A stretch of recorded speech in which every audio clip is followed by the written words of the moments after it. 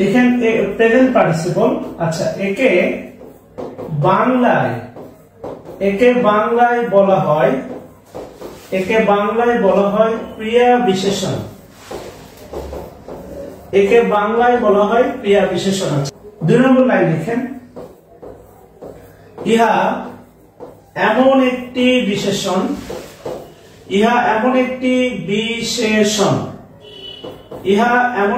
বিশেষণ যার ভিতরে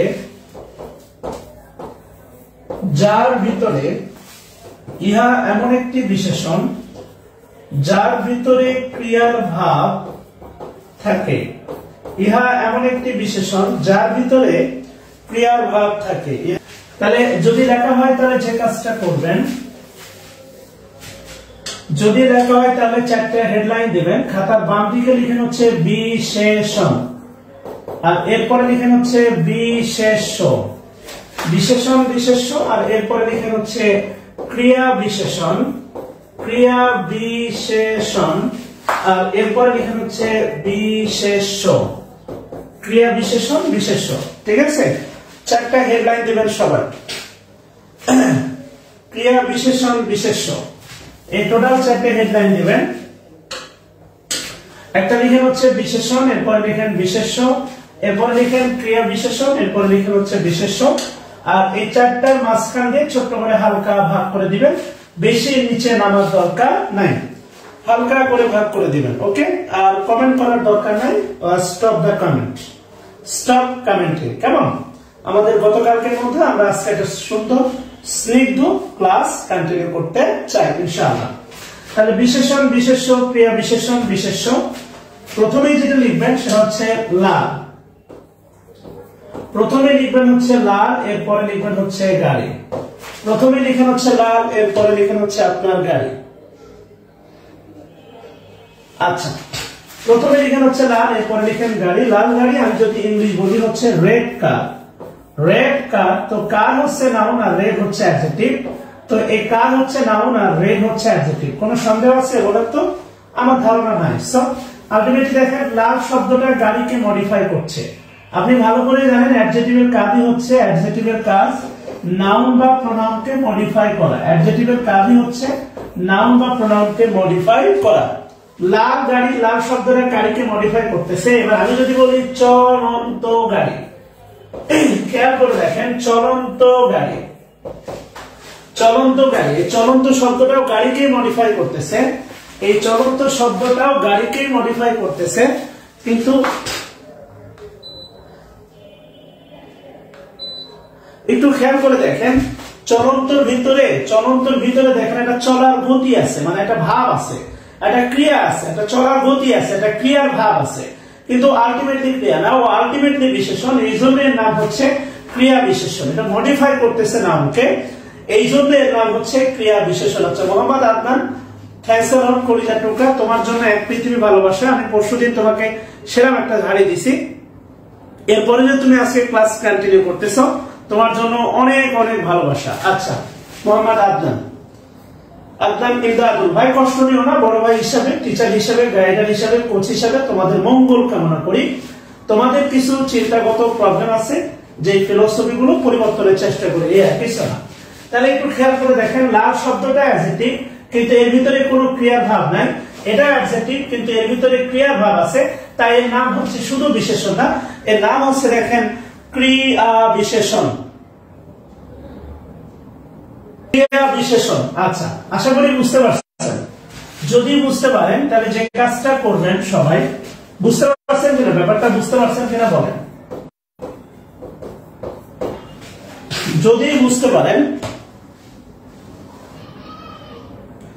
আচ্ছা তাহলে যে কাজটা করবেন, লাল গাড়ি, চলন্ত গাড়ি, একইভাবে লিখেন হচ্ছে বড় পাখি, লিখেন হচ্ছে বড় পাখি, আর এইবারে এসে লিখেন হচ্ছে আপনার উড়ন্ত পাখি। বড় পাখি, আর এইবারে লিখেন এসে হচ্ছে উড়ন্ত পাখি। বড় শব্দটা পাখিকে মডিফাই করতেছে, উড়ন্ত শব্দটাও পাখিকে মডিফাই করতেছে, কিন্তু একটা ভিতরে ক্রিয়ার ভাব আছে আর একটার ভিতরে ক্রিয়ার ভাব নাই, এই আর কিছু না। এবার লিখেন হচ্ছে সুন্দর, লিখেন সুন্দর ফুল, সুন্দর ফুল, ডান পাশে লিখেন হচ্ছে ফুটন্ত ফুল, সুন্দর ফুল, ডান পাশে লিখেন হচ্ছে ফুটন্ত ফুল, সুন্দর ফুল, ডান পাশে লিখেন ফুটন্ত ফুল। এরপরে লিখেন হচ্ছে নিষ্পাপ শিশু, এরপরে লিখেন হচ্ছে নিষ্পাপ শিশু, এরপরে লিখেন হচ্ছে ঘুমন্ত, ঘুমন্ত শিশু, নিষ্পাপ শিশু, ঘুমন্ত শিশু, নিষ্পাপ শিশু, ঘুমন্ত শিশু। এরপরে লিখেন হচ্ছে বিশাল, বিশাল টাইটানিক, বিশাল টাইটানিক, বিশাল টাইটানিক। আর এইবার এসে লিখেন ডুবন্ত টাইটানিক, এইবার এসে লিখেন ডুবন্ত টাইটানিক, বিশাল টাইটানিক, ডুবন্ত টাইটানিক। আচ্ছা, বিশাল টাইটানিক, ডুবন্ত টাইটানিক। আর লাস্টে লিখেন হচ্ছে সুদর্শন, সুদর্শন, সুদর্শন মুস্তাফিজ, সুদর্শন হচ্ছে লিখেন মুস্তাফিজ, সুদর্শন মুস্তাফিজ। আর লাস্টে লিখেন হচ্ছে উদীয়মান, উদীয়মান মুস্তাফিজ। বলি না আমরা রাইজিং স্টার, উদীয়মান মুস্তাফিজ, উদীয়মান মুস্তাফিজ। কেমন?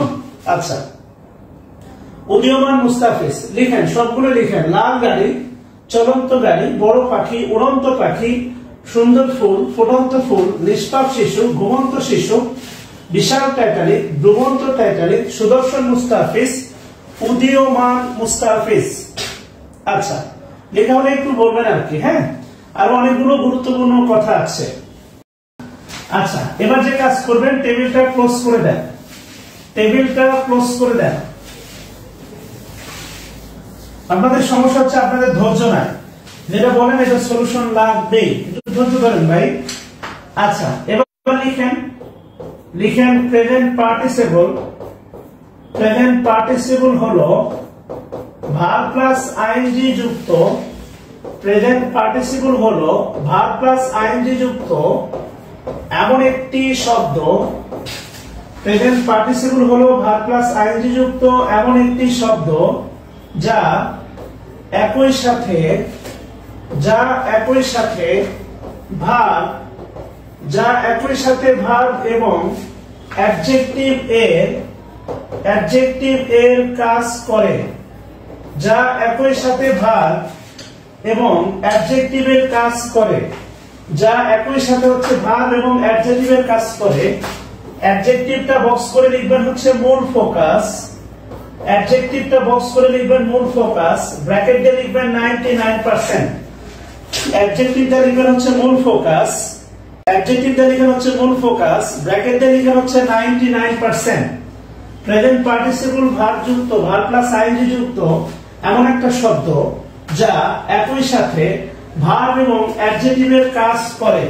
আর মূল ফোকাস লিখবেন অ্যাডজেক্টিভের উপর দিয়ে তীর চিহ্ন দিয়ে লিখবেন হচ্ছে মূল ফোকাস। অর্থাৎ প্রেজেন্ট পার্টিসিপলের মূল ফোকাস হচ্ছে প্রেজেন্ট পার্টিসিপল অ্যাডজেক্টিভের মতো কাজ করে, আর প্রেজেন্ট পার্টিসিপল মূলত 99% অ্যাডজেক্টিভের কাজ করে। ঠিক আছে, এবার খুবই গুরুত্বপূর্ণ, যেখান থেকে প্রশ্ন ছিল, লিখেন কিছু, কিছু প্রেজেন্ট, কিছু প্রেজেন্ট পার্টিসিপল আছে, কিছু প্রেজেন্ট পার্টিসিপল আছে, কিছু প্রেজেন্ট পার্টিসিপল আছে যারা, কিছু প্রেজেন্ট পার্টিসিপল আছে যারা প্রেপোজিশন, প্রেপোজিশনের মতো, যারা প্রেপোজিশন এর মতো, প্রেপোজিশনের মতো কাজ করতে, প্রেপোজিশনের মতো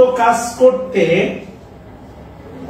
পারে, প্রেপোজিশনের মতো কাজ করতে পারে বিধায়, প্রেপোজিশনের মতো কাজ করতে পারে বিধায় এদেরকে, এদেরকে বলা হয়, এদেরকে বলা হয়, হাইফেন দিয়ে লিখেন, এদেরকে বলা হয় কিছু, এটা খুবই গুরুত্বপূর্ণ, হাইফেন দিয়ে ফাঁকা রাখেন, কিছু প্রেজেন্ট পার্টিসিপল আছে যারা প্রিপোজিশনের মতো কাজ করতে পারে বিধায় এদেরকে বলা হয়, একটু হাইফেন দিয়ে ফাঁকা রাখেন, কেমন? আচ্ছা, এবার আপনাদের পিসি দাস বইটা অন করেন সবাই। পিসি দাস বইয়ে সবাই চলে যাবেন হচ্ছে আপনার প্রিপোজিশন চ্যাপ্টারে, হাইফেন দিয়ে ফাঁকা রাখেন। পিসি দাস বইয়ে আপনারা যেখানে যাবেন সেটা হচ্ছে more about preposition, more about preposition, page number 168। এই চ্যাপ্টারটা গুনে গুনে আপনারা যে কাজ করবেন, একটা পেজ উল্টাবেন, একটা পেজ উল্টালে দেখবেন পাবেন কাইন্ডস অফ প্রিপোজিশন। সেখানে আপনারা যাবেন 5 নাম্বার প্রকারভেদে, দেখেন বলা আছে পার্টিসিপিয়াল প্রিপোজিশন। এটা গুরুত্বপূর্ণ, পার্টিসিপিয়াল প্রিপোজিশন, এটা খুবই গুরুত্বপূর্ণ। যদি পেয়ে থাকেন তাহলে খাতায় আসেন, বইটা ফাঁকা রাখেন, বইটা খোলা রাখেন, তাহলে কমপ্লিট করেন। লিখেন পার্টিসিপিয়াল প্রিপোজিশন, পার্টিসিপিয়াল প্রিপোজিশন। নোটটা কমপ্লিট করেন, নোটটা কমপ্লিট করেন, নোটটা কমপ্লিট করেন। কিছু প্রেজেন্ট পার্টিসিপল আছে যারা প্রিপোজিশনের মতো কাজ করতে পারে, এদেরকে বলা হয় পার্টিসিপিয়াল প্রিপোজিশন। আচ্ছা, এটা কমপ্লিট করেন। আর এটা দেখেন, এটা হচ্ছে আমার বই হচ্ছে 170 নম্বর পেজ। তাহলে আপনি এখানে খাতার পাশে লিখে রাখেন পেজ 170। যখন আপনি পড়তে গিয়ে ভাববেন পার্টিসিপিয়াল প্রিপোজিশন কি, ভুলে যাবেন, তখন 170 নম্বর পেজে গিয়ে একবার দেখে আসবেন যে পার্টিসিপিয়াল প্রিপোজিশন কি, তাহলে ব্যাপারটা একদম উন্মুক্ত ক্লিয়ার হয়ে যাবে। সো এই নোটের পাশে লিখে রাখেন পেজ 170, 170। এবার একটু খেয়াল করে দেখেন, এবার একটু ভালো করে খেয়াল করে দেখেন। আবার বলতেছি, প্রেজেন্ট পার্টিসিপল 99% অ্যাডজেক্টিভের কাজ করবে। ওখানে বলা আছে, দেখেন সংজ্ঞাতে বলা আছে, সংজ্ঞাতে খুব সুন্দর করে বলা আছে। ভাই, এভাবে বই সমন্বয় করে আপনাকে কেউ পড়াবে না, গ্যারান্টি, এত সময় নাই। বলা আছে দেখেন, some present or past participle are use as preposition, some present or past participle use as preposition. প্রথম যে শব্দটা দেয়া আছে, বলা আছে দেখেন, do you know, what do you know regarding this proposal? regard মানে গ্রাহ্য করা, গুরুত্ব দেওয়া।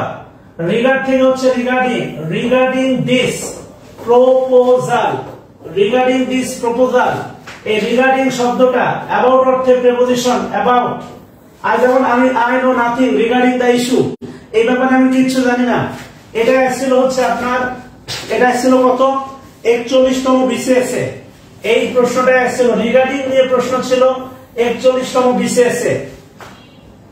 কথা বুঝছেন কিনা? জানেন তো নাই, জায়গা রাখবেন কিনা আমি পরে বলতেছি। পার্টিসিপিয়াল প্রিপোজিশন লেখেন, যে পেজ নাম্বার দিয়ে লেখেন। কিছু প্রেজেন্ট পার্টিসিপল আছে বা যারা প্রিপোজিশনের মতো কাজ করতে পারে, এই তালিকাটা আমি ক্লাস শেষে দিব। এটা যদিও প্রিপোজিশনের চ্যাপ্টার, এরপরে চাচ্ছি আপনারা এগুলো জেনে যান, তাহলে প্রিপোজিশন ক্লাসে রিপিট হবে। এই অর্ধেক পেজ ফাঁকা রাখবেন, অর্ধেক বা তার অর্ধেক, এই 16টার মতো আপনাকে তুলতে হবে। তাহলে রিগার্ডিং, সবাই কমেন্ট করেন, regarding preposition, regarding preposition, regarding preposition. আচ্ছা, 2 নম্বর উদাহরণ দেখেন, চাইলে উদাহরণগুলো খাতায় তুলতে পারেন। 2 নম্বর উদাহরণ কি বলা আছে দেখেন ভালো করে, ঠান্ডা মাথায়। 2 নম্বর উদাহরণ বলা আছে, একটু খেয়াল করেন। 2 নম্বর বলা আছে দেখেন, কনসিডারিং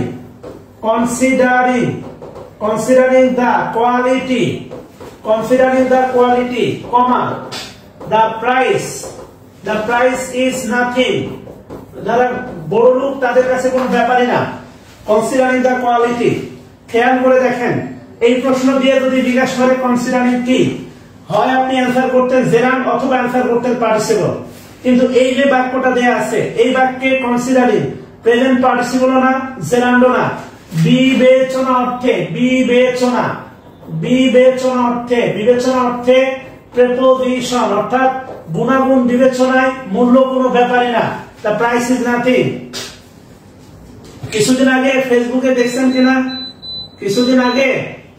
দেখছেন কিনা, সেটা হচ্ছে একটা মহিলা স্বপ্ন শোরুমে বলতেছে, আমি তো ডাক্তার, টাকা আনি টাকা ঢালি, এদের কাছে টাকা কোনো ব্যাপারই না। সো কমেন্ট করেন, কনসিডারিং বিবেচনা অর্থে প্রিপোজিশন, এটা চাইলে খাতায় তুলতে পারেন। কনসিডারিং বিবেচনা অর্থে প্রিপোজিশন, এটা চাইলে খাতায় তুলতে পারেন। কনসিডারিং বিবেচনা অর্থে প্রিপোজিশন।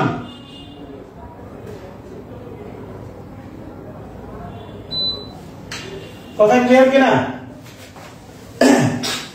আপনারা সবই দেখেন, আমি জানি।